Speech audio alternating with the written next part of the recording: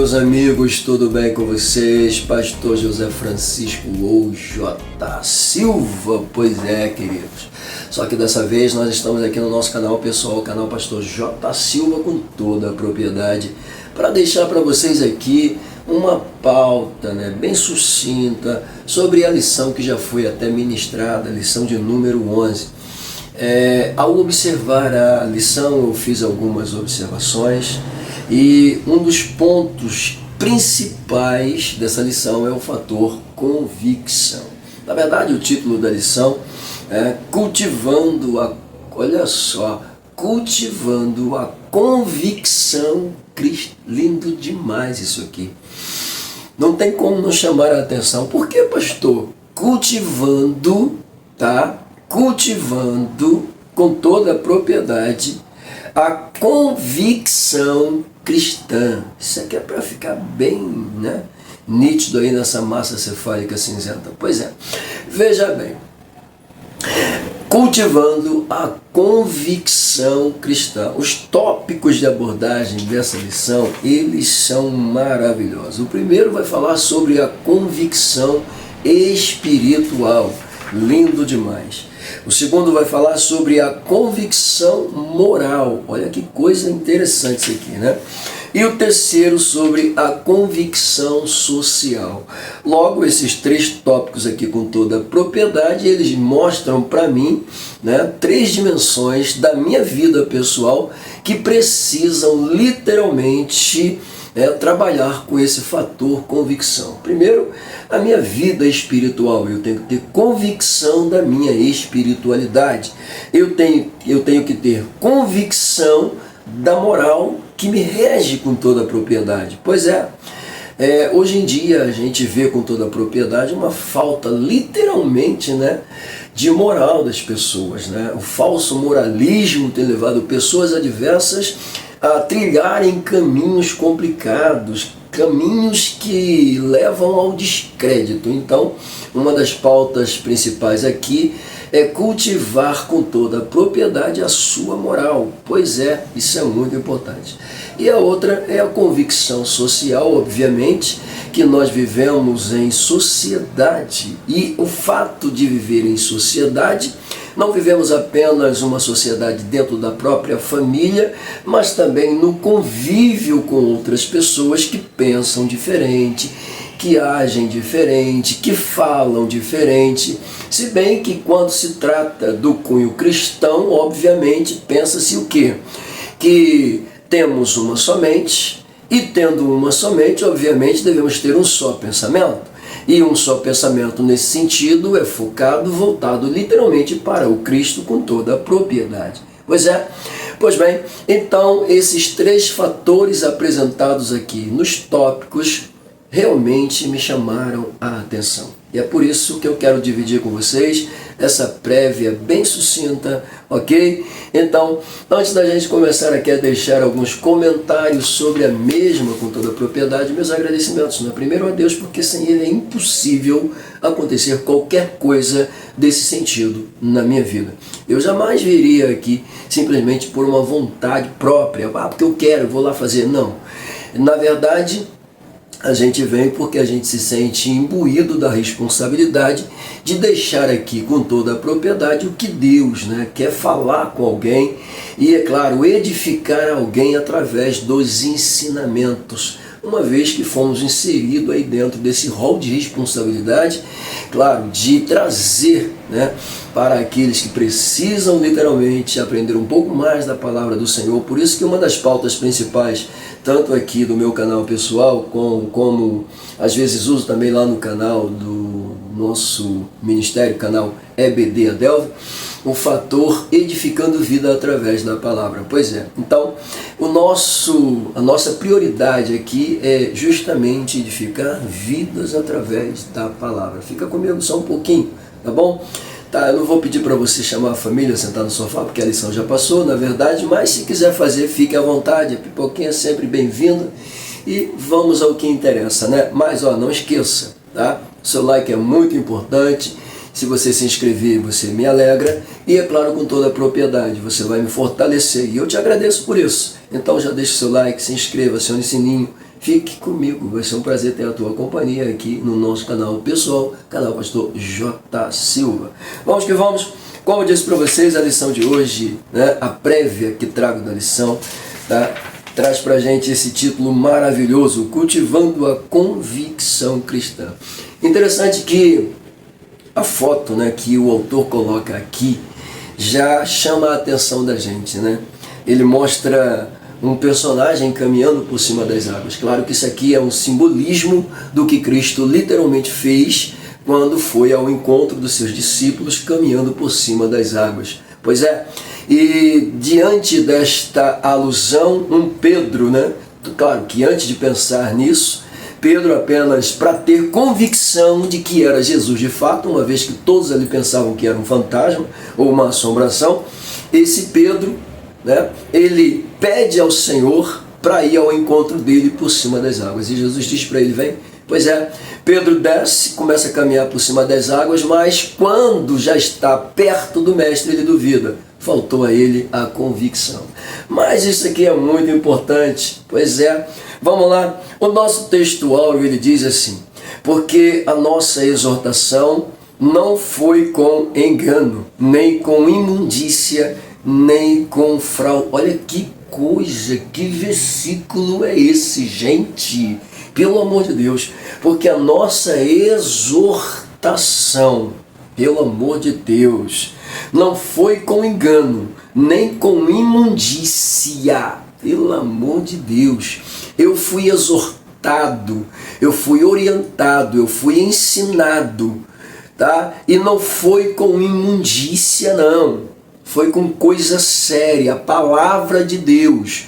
Que coisa tremenda. Nem foi com engano, porque é o que nós estamos vendo com toda a propriedade. Estão agindo de engano, estão colocando imundícia para formar caráter nas pessoas, principalmente em crianças, jovens e adolescentes. Ou seja, estão formulando um caráter literalmente, tá, fraudulento, enganoso, que falta a moral. Pois é, nós estamos hoje vivendo um mundo literalmente, principalmente dentro da nossa nação, né, uma juventude desprovida de moral. Mas graças a Deus, ainda tem aqueles que prezam pela moralidade cristã com toda a propriedade. E a gente não pode abrir mão disso não, ok?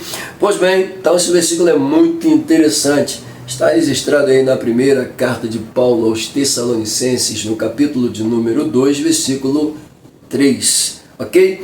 A verdade prática diz o seguinte, na verdade, o que essa verdade prática aqui colocada para a gente é um pensamento prévio do autor, resumindo já o texto com toda a propriedade. E, é claro, acaba fazendo uma abordagem do que a gente vai estudar no conteúdo de lição.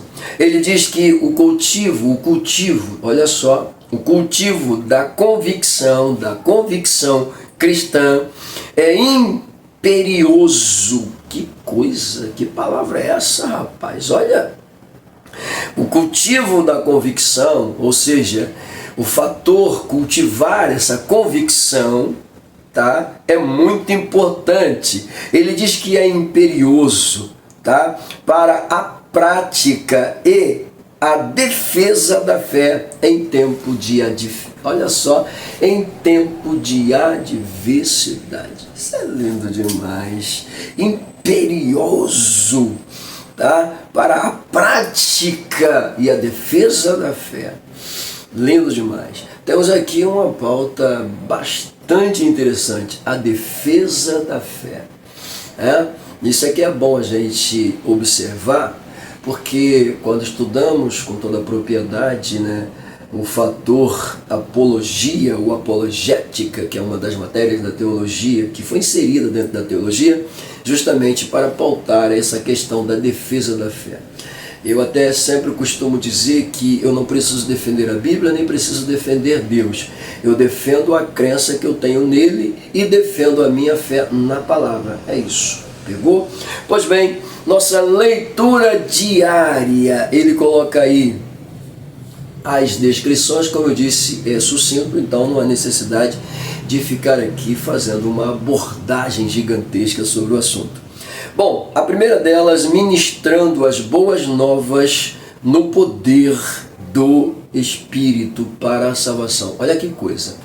Ministrando as boas novas. Claro que a gente aqui já pega essa deixa, uma vez que ele está falando, tá, da questão da pregação. Então, todo aquele que usa o faz da palavra, tá, se vai pregar a palavra, se vai ensinar a palavra, ele tem que ter convicção naquilo que ele está pregando, que ele está ensinando. Ou seja, ele precisa demonstrar essa convicção, ok? Isso é lindo demais. O Evangelho o Evangelho não procede de fábulas para seduzir as pessoas com mentiras. Sim, fato. O Evangelho não procede, não vem de fábulas, tá? Infelizmente tem algumas pessoas que erram, né, com toda a propriedade, querendo desvalorizar a Bíblia, né? Pelo amor de Deus. Outro dia, um desses podcastzinhos aí, né, um jovem disse que a Bíblia é como se fosse um livro de Chapeuzinho Vermelho. Ah, pelo amor de Deus, né? Viajou na maionese, na batatinha. Comparar o livro sagrado a uma fábula. Falta de quê, gente? Pelo amor de Deus. Cadê a moral? Que moral tem? A outra que diz assim, não, a gente tem que mudar a Bíblia. Que moral tem? Pelo amor de Deus, gente. O sangue de Jesus tem poder com essas pessoas, né? Pois é, vamos lá. As falsas palavras e lisonjas corrompem o coração dos simples. Sim. É uma das coisas que afeta muito a vida, né, das pessoas, são literalmente os elogios exacerbados, né? Aquela questão de exaltar a pessoa. Poxa, fulano, por exemplo, né, pregador. Cara, tu pregou muito, pregou demais, pelo amor de Deus. Que isso, cara? Tudo bem. O cara pode até ter pregado literalmente muito. Só que veja bem, isso acaba arrebentando esse pregador. Porque quem é que não gosta de receber um elogio? Tá. Ah, pastor, o que foi? Se me elogiar, eu pego o elogio e transmito para Deus. Tudo bem, mas alguma coisa entrou. E você vai começar a achar que realmente é aquilo que as pessoas estão dizendo. Isso é muito perigoso porque quando você vai pregar novamente, você pensa que tem que fazer igual fez da última vez. E nem sempre vai ser igual. Vai ter dia que você vai ter uma pregação extraordinária, vai ter outro dia que você vai pregar e você mesmo vai terminar a pregação e vai dizer para você mesmo, eu não preguei foi nada hoje. O que aconteceu? Por quê? A gente não pode deixar que as lisonjas, né, as palavras elogiosas tomem o lugar de Deus na nossa vida. Porque quem tem que ser exaltado e glorificado nisso aqui é Deus. Pegou? Pois é. Mas isso a gente viu com muita propriedade. Fulano, tu cantou muito, o ego se inflou. Fulano, tu pregou muito, o ego se inflou. Caraca, que aula foi aquela? O ego se inflou. O senhor é fenomenal, pastor. Só não. Porque se não fosse o Espírito Santo eu não era nada. Eu continuaria sendo pó e cinza e mais nada. Né? Eu até costumo dizer assim, né? Quem é o ator principal, quem é a peça principal, quem é a estrela principal é Deus. Nós somos apenas coadjuvantes, estamos ali apenas para fazer a vontade dele prevalecer. Nada mais que isso, ok? E geralmente quando eu ia pregar eu sempre falava assim, Espírito Santo, quem tem que brilhar é o Senhor, quem tem que aparecer é o Senhor, quem tem que falar é o Senhor, não eu. Tá? Porque se eu falar, certamente eu vou ferir meia dúzia aqui, eu vou expulsar metade do povo da igreja, mas quando o Senhor fala, o negócio é diferente. Então, Espírito Santo, assuma a tribuna, tome o primeiro lugar, faça a sua vontade prevalecer, pelo amor de Deus. Por quê, pastor? Escrito está que é Ele quem convence, tá? Da justiça, do pecado e do juízo. Meu Deus do céu, isso é lindo demais, Espírito Santo. Vamos lá. Meu Deus do céu. O salvo deve gloriar-se no Senhor. e não aqui. Pronto, fechou o pacote. O salvo deve gloriar-se no Senhor e não em si próprio. Tá? É uma pauta muito interessante porque Deus, escrito está na sua palavra, que Ele abate o soberbo, mas Ele exalta os humildes. Então, se vai se gloriar, querido, querida, glorie-se em Deus. Tá? O que está acontecendo com você é a obra de Deus. Pegou? Meu Deus do céu. Os problemas sociais como resultado do pecado. Os problemas sociais como resultado do pecado. Sim. O último tópico aborda essa questão, tá, de uma vida social. Bom, e vai falar sobre a nossa moral com toda a propriedade. Mas falando aqui de vida social dentro dessa sociedade que não quer compromisso, que não quer valorizar o que Deus estabeleceu como família, pois é, querem mudar tudo, querem mudar as pautas do cristianismo, não se pode mais falar isso, não se pode mais falar aquilo. Estamos realmente vivendo sobre um regime, tá, totalmente contra os padrões éticos da pureza. Mas a gente entrega tudo nas mãos do Senhor e deixa Deus fazer a vontade dele, segundo a vontade dele, segundo o querer dele, né? E é claro, quando Deus começa a agir, bom, aí o negócio já fica estreito. Mas vamos lá, para a gente fechar a última. Uma consciência altruísta de não criar obstáculo ao Evangelho. Olha que coisa, uma consciência altruísta. Convicção forte demais isso aqui, né? De não criar obstáculo no Evangelho. Pois é. Por incrível que pareça, a gente sabe que em relação ao mundo social, existem sempre uma barreira sendo colocada. Mas quando essas barreiras surgem diante dos nossos olhos, né, justamente de onde a gente espera uma palavra de motivação, né, de incentivo para dar prosseguimento, nós encontramos palavras ao contrário. Palavras que realmente acabam contigo, te desmotiva. É terrível isso, né? Mas acontece, por incrível que pareça. São seres humanos, não somos perfeitos. Somos seres humanos, não somos perfeitos. Tá? Claro, temos falhas. É por isso que a gente precisa entender que para eu ter convicção da minha vida cristã, literalmente, é confiar somente no Senhor. Ter a palavra do Senhor como base. Não me desvencilhar da palavra. Pois é. E isso é assustador. Pois é, queridos. Então, saindo aí, a gente chega dentro daquela leitura bíblica em classe. Eu não vou ler aqui, porque eu disse para vocês que é uma prévia. Mas a mesma se encontra aí, caso vocês queiram, em primeira carta de Paulo aos Tessalonicenses, capítulo 2, versículos de 1 a 12. Tá? E a leitura, ela é muito importante sim. Tá? Eu acredito que isso aqui vai até servir como uma leitura devocional depois desta lição. Bom, a introdução do plano, ele coloca aqui dizendo que falar de convicção em tempos de relativismo é um convite para andar na contramão de uma cultura intelectual pela qual tudo é relativo e que ninguém pode ter certeza de nada.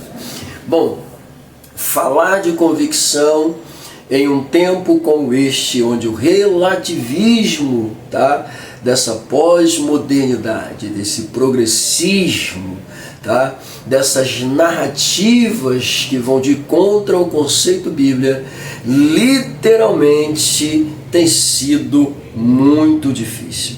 Mas, como diz o autor, ter convicção em um tempo como esse é andar na contramão do sistema. Pois é, na verdade, quem está andando na contramão são eles. Nós estamos andando na mão certa. Mas eles não querem andar na mão que nós, ou seja, na linha que nós estamos andando. E automaticamente, na cabeça deles, quem está errado somos nós. Mas não, nós estamos na linha certa. Eles que estão andando na contramão.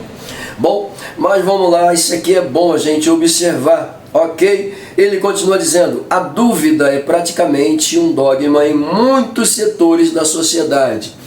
A dúvida é um dogma, e quando a gente fala de dogma, a gente fala daquilo que rege uma crença, né? Daquilo que pontua uma crença, daquilo que caracteriza uma crença, literalmente. Então, o dogma, tá? A dúvida é praticamente um dogma, uma crença que desvirtua, né, as pessoas do caminho da verdade para viverem o relativismo da mentira, segundo o autor diz aqui, nessa contramão do sistema. Pois é, isso aqui é importante a gente observar, que o que está acontecendo literalmente hoje é colocar dúvidas quanto aos conceitos família, né, com toda a evidência na cabeça de uma série de pessoazinhas pequenas, principalmente quando querem atingir as crianças. Mas vamos lá. Por isso, o autor diz que nesta lição teremos a oportunidade de refletir, olha só, de refletir a respeito da convicção cristã. Sim, essa lição me chamou a atenção por causa disso, porque falar de convicção me leva a enfrentar um mundo adverso, contrário à palavra de Deus, contrário à verdade, e com toda a propriedade cria ainda mais, né, convicção, né, diante da fé que eu pratico. E é isso que eu devo levar para os alunos, eu devo levar para aqueles que precisam disso. Tá? Então isso aqui é muito importante, refletir a respeito da convicção cristã. Tá? Sim, a fé cristã traz convicção profunda a um coração permeado por incerteza. Que coisa linda, coisa extraordinária. Quando a gente fala de fé, a gente lembra de Hebreus 11, né, versículo 1. Veja que versículo importante, porque a fé que você não vê, que você não apalpa, tá, é carregada de convicção justamente daquilo que você não está vendo, mas você acredita que vai ter. Isso é importante, porque eu não vejo, mas eu acredito. Eu não tenho assim como apalpar, mas eu acredito que eu vou conseguir. Fé traduz-se também por confiança, né? Quando a gente fala de fé no mundo, é o fator confiança, né? Literalmente. Então, quando a gente fala de fé em relação a Deus, é eu confiar piamente em Deus. E quando eu confio piamente em Deus está me dando a certeza de que eu vou alcançar o que eu estou querendo. Pois é, isso é muito importante. Mas, vamos lá. Bom, os objetivos, o primeiro dele vai falar sobre estimular a convicção espiritual. Estimular a convicção espiritual, inclusive é a pauta do primeiro tópico, ok? Pois é, nos cristãos a partir da confiança em Deus. Confiança, como já disse, da sua fé em Deus. Pois no mesmo capítulo 11, versículo de número 6, tá? Não devemos nos aproximar do Senhor duvidando. Pois é, não adianta, porque se duvidar não vai alcançar nada. Quando Deus coloca a fé dentro dos nossos corações, é para a gente acreditar piamente que Ele é capaz de fazer o impossível. E somente Ele pode chamar à existência o que não existe como se já existisse. Pega a visão? Pois é. Vamos lá. 2. Compreender a necessidade de uma vida irrepreensível. Sim, compreender a necessidade de uma vida irrepreensível. Precisamos ter uma vida irrepreensível.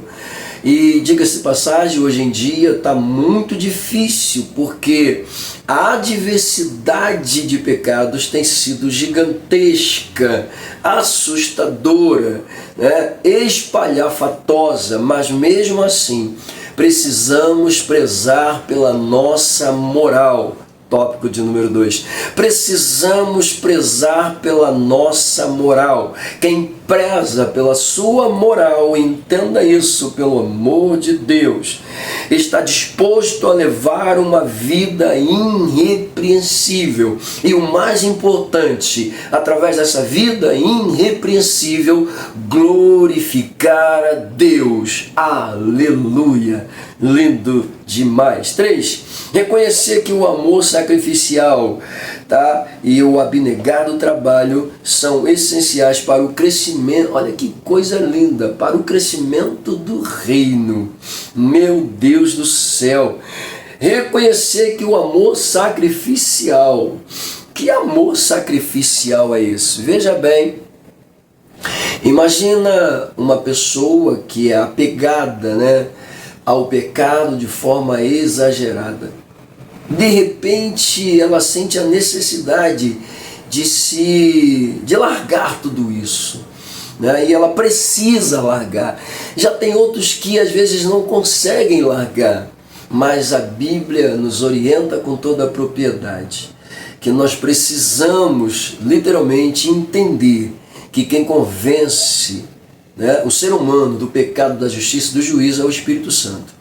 Então, se o Espírito Santo consegue mover um coração que não consegue largar o mundo e mudar essa característica literalmente, é entender essa pauta que o autor coloca para a gente aqui dentro da sua terceira observação. Bom, eu não vou continuar, a gente vai dar um pulinho lá na introdução rapidamente. Bom, o autor começa aqui na introdução da lição dizendo que diante das incertezas, diante das incertezas atuais, vamos lá, e dos ataques às doutrinas bíblicas, é indispensável ao crente cultivar uma profunda convicção cristã. Sim. Diante dos ataques adversos, ataques que vêm direto para atingir a nossa moral, principalmente. Porque atingindo a nossa moral abalada, moral ofendida, destratada, desrespeitada, mexe com a vida espiritual. Mexendo com a vida espiritual, a tua vida social também vai mudar. Então isso é muito importante a gente observar. Gente, pelo amor de Deus, diante das incertezas atuais e dos ataques às doutrinas bíblicas, necessitamos cultivar, pelo amor de Deus, uma profunda convicção cristã, onde o foco é Deus, onde a direção é o céu, onde o caminho é Cristo, onde o que me mantém nele é o Espírito Santo e a palavra de Deus. Coisa linda, né? Pelo amor de Deus. Uau! Ele diz, não cabe ao salvo, não compete ao salvo esmorecer em meio às tribulações. Não compete ao salvo, não cabe ao salvo, não cabe a você, não compete a você, não te pertence isso. Esmorecer diante das tribulações, esmorecer diante dos ataques, esmorecer diante das afrontas. Não, você não pode esmorecer. Você tem que permanecer fiel, você tem que permanecer firme, pelo amor de Deus. Por que eu tenho que permanecer firme? Ele diz, olha só, mas prosseguir confiante pelo prêmio da soberana, da soberana vocação. Está escrito aqui, segunda carta de Paulo, aos Coríntios capítulo 4, versículo 1, Filipenses 3, 14, lindo demais. Tá bom? Bom, e mais uma vez ele coloca isso que nós estudaremos nesta lição, ok? Sobre o aspecto espiritual, sobre o aspecto moral e sobre o aspecto social, ok? Isto é o que compõe essa lição. Amém? Bom, o nosso primeiro tópico aí de abordagem, ele fala sobre convicção espiritual. A convicção espiritual, dentro do primeiro ponto de abordagem, traz para a gente o poder do Espírito Santo, ok? Pois é, o que caracteriza essa convicção? O autor coloca aqui na sua pauta um momento em que Paulo sonha com um elemento, né, às margens do outro lado, na região da Macedônia. Ele traz para a gente isso aqui, tá? Está dizendo aí, ó, Paulo teve uma visão que um homem lhe dizia, passa a Macedônia e ajuda-nos. Está lá em Atos 16:9, ok? E a partir dessa revelação, ele diz que Paulo teve tanta convicção que tinha que atravessar, que tinha que ir, que tinha que cumprir. Tá? Eu poderia utilizar aqui que a convicção de Paulo é uma coisa assustadora. Esse fato aqui realmente mostra que Paulo estava convicto que tinha que ir à Macedônia. Pois é, o que ele iria encontrar na Macedônia? Bom, exatamente, talvez aquele homem que falou com ele? Não. Porque na verdade aquele homem que fala com ele é fruto de uma revelação. Mas o que Paulo encontra na Macedônia? A gente vai falar um pouco sobre isso. Mas entenda, dentre outros fatores, eu posso até parafrasear também sobre a convicção de Paulo no momento, até já falei isso aqui em lições, quando ele entra na reunião de oração e encontra Ágabo amarrado com a sua cinta, declarando o que iria acontecer com o dono dela. E já disse, digo de novo, os irmãos ali presentes tentam mudar o pensamento de Paulo, mas a convicção de Paulo era muito grande, ao ponto de dizer, eu estou não só disposto a ir, mas a morrer se preciso for. Tanta convicção assim, pelo amor de Deus. Isso aqui é um exemplo para nós cristãos, ok? Pois é, precisamos ter convicção daquilo que abraçamos, da fé que pontuamos como aquela que nos conduz a Cristo com toda a propriedade. Pega a visão, querido, tá bom? Então, no poder do Espírito Santo, sim, é o Espírito Santo que caracteriza literalmente essa convicção dentro dos nossos corações. E para deixar mais ainda a igreja do Senhor convicta do seu chamado, o Espírito Santo ele veio para revestir essa igreja, capacitar essa igreja, instruir essa igreja, conduzir essa igreja, levar essa igreja a fazer a vontade do Senhor, a estar debaixo da vontade de Deus, cumprindo o chamado literalmente, convicção. Assim como Paulo, como os apóstolos, a igreja de hoje precisa ter convicção da sua chamada, convicção da sua missão, convicção do seu ministério, convicção da sua vida espiritual. Pega a visão. Número 2.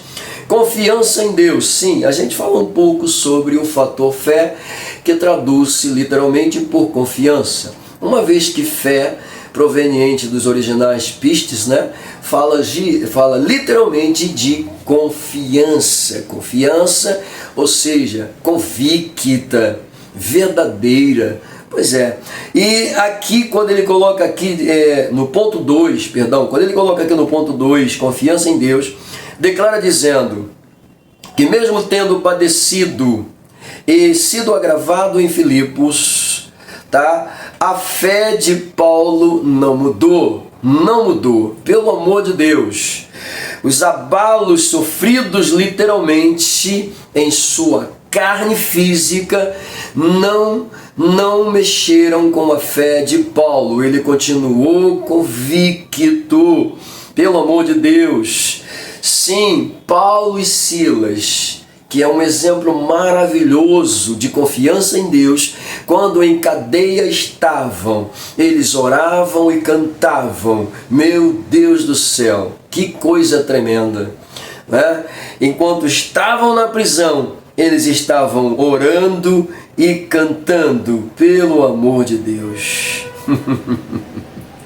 O que eu acho interessante aqui também é que quando eles são pegos e levados para a prisão, né, eles são colocados, a Bíblia declara, no pátio interior, né? Segundo algumas exposições arqueológicas, aquela cadeia ela tinha duas áreas, né? A área externa e a área interna.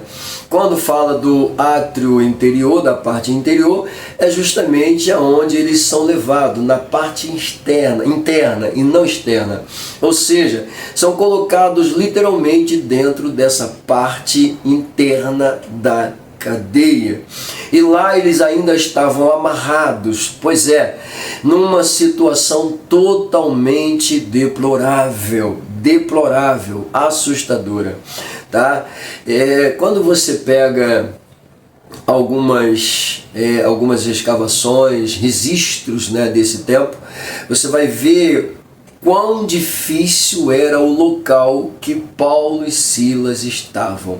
Mesmo assim, tá, nesse cárcere interior, amarrados, eles não perderam a confiança em Deus, oraram, cantaram, e por conta dessa convicção, dessa fé assustadora, dessa confiança em Deus, né, um abalo sísmico desestrutura toda aquela prisão. Pois é, isso é lindo demais. Paulo e Silas e todos que ali estavam foram salvos, né, de morrerem literalmente por conta do terremoto. E o que é mais interessante, o carcereiro ainda foi salvo, né, tanto ele quanto a sua família, por acreditarem literalmente no Cristo de Paulo, no meu Cristo, no teu Cristo. Ok? Muito bonito. Ok? Então isso aqui mostra essa questão da confiança em Deus. Eu poderia pontuar ainda, né, a importância de falar, por exemplo, um salmo que nós costumamos usar muito, que é o 125 e o 121, né? No 121 ele coloca: elevo os meus olhos para os montes, de onde me virá o socorro? Pois é, ele faz uma pergunta, porque quando a gente vê no 125, ele declara dizendo que os que confiam no Senhor são como o monte de Sião que não se abala, mas permanece para sempre.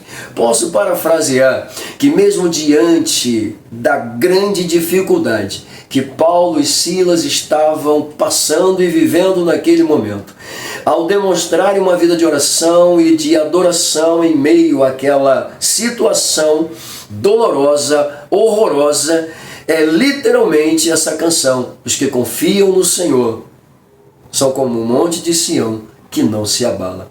Bom, volto a dizer que a confiança de Paulo e Silas não ficou abalada em relação a Deus. Não.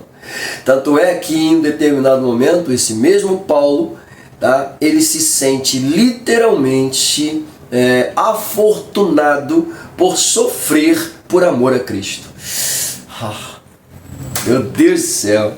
Bom, fidelidade na pregação. O apóstolo dos gentios assegura que o evangelho anunciado em Tessalônica não foi com engano, nem com imundícia, nem com fraudulência. O evangelho que vos trago não é um evangelho de engano. A mensagem que trago, pautada no evangelho, não traz imundícia. Pelo contrário. Eu imagino Paulo pregando: a mensagem que trago para vocês não é uma mensagem de engano. Por que Paulo está dizendo isso? Porque aquele povo estava acostumado a lidar com o engano dos espíritos enganadores da localidade. Meu Deus do céu! Olha que coisa tremenda! Eu vos trago uma mensagem não de engano, eu vos trago uma mensagem de convicção, eu vos trago uma mensagem verdadeira, concreta, eu vos trago uma mensagem que não tem como pauta a imundícia do que vocês estão vendo. Era mais ou menos isso. E é mais ou menos assim que eu e tu temos que pregar. Convicção naquilo que estamos pregando, convicção naquilo que estamos ministrando, porque se o pregador não transmitir convicção, se o pregador não passar nenhuma confiança, a sua mensagem não tem valor algum. Por quê? Porque tudo que nos move é por meio da confiança e por meio da fé. O que mantém a minha convicção na palavra é a minha confiança em Deus e a minha fé. Pois é. Uma vez que confiança e fé estão intimamente ligados, né? Eu ia dizer outra palavra, intrinsecamente ligado. Consegui falar agora, pois é. Bom, então a gente sai... Tópico de número 2. Convicção moral. Dentro da convicção moral, veja bem, nós temos aí retidão nas ações, reputação ilibada, vida irrepreensível. Pelo amor de Deus. Olha só a vida de um cristão. A vida de um pregador, a vida de um pastor, a vida de um obreiro, a vida de uma obreira, a vida de um servo de Deus deve ser pontuada de retidão nas ações, deve ser pontuada de uma reputação ilibada, deve ser pontuada de uma vida irrepreensível. Pegou a visão? Pelo amor de Deus, retidão nas ações. Ele traz aqui: a conversão opera a transformação moral na vida do crente. Olha só, pelo amor de Deus, a conversão opera a transformação na vida moral. A tua moral é totalmente mudada. Quem era você? Como é que você pensava? Como é que você agia? Como é que as pessoas olhavam para você? E como é que as pessoas olham para você hoje? Como é que as pessoas te veem hoje? Pois é, mudou. O Evangelho muda a moral. Pelo amor de Deus, o poder da palavra muda a moral do crente salvo. E esse crente salvo passa a ser dirigido, orientado pela Bíblia. Ele passa literalmente, a reconhecer que a mentira não faz parte da sua vida e a reconhecer que precisa falar somente a verdade, nada mais que a verdade, senão somente a verdade. Pois é, se era mentiroso, não mente mais. Se ofendia, não ofende mais. Se destratava, não destrata mais. Se era brigão, não é brigão mais. A moral foi mudada. Meu Deus do céu, que isso? Lindo demais. Se furtava, não furta mais. Se roubava, não rouba mais. Se usava palavras de engano, não usa mais. Pelo amor de Deus. Por isso que o autor diz aqui que Paulo vai reivindicar retidão, das próprias ações. Olha só, das próprias ações. Ele vai reerguer, olha só, não, calma aí, deixa isso aqui de novo, olha o que ele coloca aqui, nesse aspecto, o apóstolo Paulo reivindica a retidão das próprias ações. Reivindica retidão de sua. Não, eu tenho que agir com retidão. Eu tenho que ser correto. Eu tenho por obrigação ser correto. Eu tenho por obrigação, diante da palavra que me rege, da fé que me conduz, do Deus que é soberano em minha vida, do Cristo que me salvou, do Espírito que me usa, a levar uma vida de retidão. Eu preciso mostrar isso. O apóstolo Paulo está buscando dentro de si mesmo essa retidão, reivindicando dele mesmo. Nunca usamos de palavras lisonjeiras, nem houve um pretexto de avareza. O evangelho que eu trouxe para vocês não é de engano, não é de imundícia. Não. E detalhe, não uso ele como pretexto. A mensagem não deve ser usada como pretexto. A mensagem não deve ser usada para me valorizar, para me vangloriar, para me exaltar, porque a mensagem não é minha, a mensagem é dele. Quem tem que ser exaltado, glorificado, exaltado é ele, não eu. Eu sou apenas um canal. Então eu preciso buscar retidão dentro de mim para não deixar que as palavras lisonjeiras me tirem do altar da adoração e me levem para fora da presença de Deus. Que isso? Não precisa nem continuar. Vamos lá. Reputação ilibada. Sim, isso aqui entra dentro dessa questão. Veja bem, as tuas ações mostrarão a tua reputação. As tuas atitudes mostrarão a tua reputação. A forma como você se comporta mostrará a tua reputação. Se é ilibada ou não, a forma como você vai agir vai ser descoberto. Vamos lá. Considera-se portadora de reputação ilibada a pessoa, de reconhecida olha só, idoneidade moral. Reputação, a moral dessa pessoa é uma coisa assustadora, uma moral ilibada. Uma pessoa que possui uma moral ilibada possui uma reputação assustadora. É reta, é correta, e é assim que o cristão deve se comportar e se portar. Veja bem, esse elemento ele não busca a glória para si. Não busca. Não buscamos a glória dos homens, nem de vós, nem de outros. Não busco a glória de vocês. Eu não prego buscando glória de vocês. Eu não trago uma mensagem com o pretexto de ser glorificado por vocês. Não, jamais.